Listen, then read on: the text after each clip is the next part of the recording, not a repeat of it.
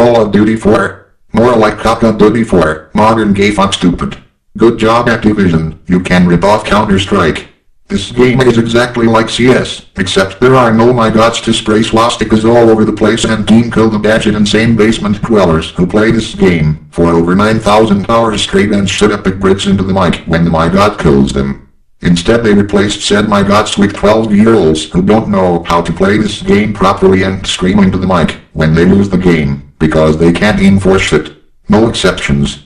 Just like Rule 34. If it's not 12-year-olds it's stupid retards arguing over who went to Baltimore. For epic lulls, put up a picture of Ouija or goats in the middle of a game. Or you could just rickroll everyone. The single player is a big fat log of shit just like Xbox Live. It involves some Russian prostitutes and some Arabic guy. After you're done with that pack of shit, you gain the power to turn people into car tires and divide by zero, while simultaneously ordering Battletoads from GameStop. Negative tropical ass head out of 666.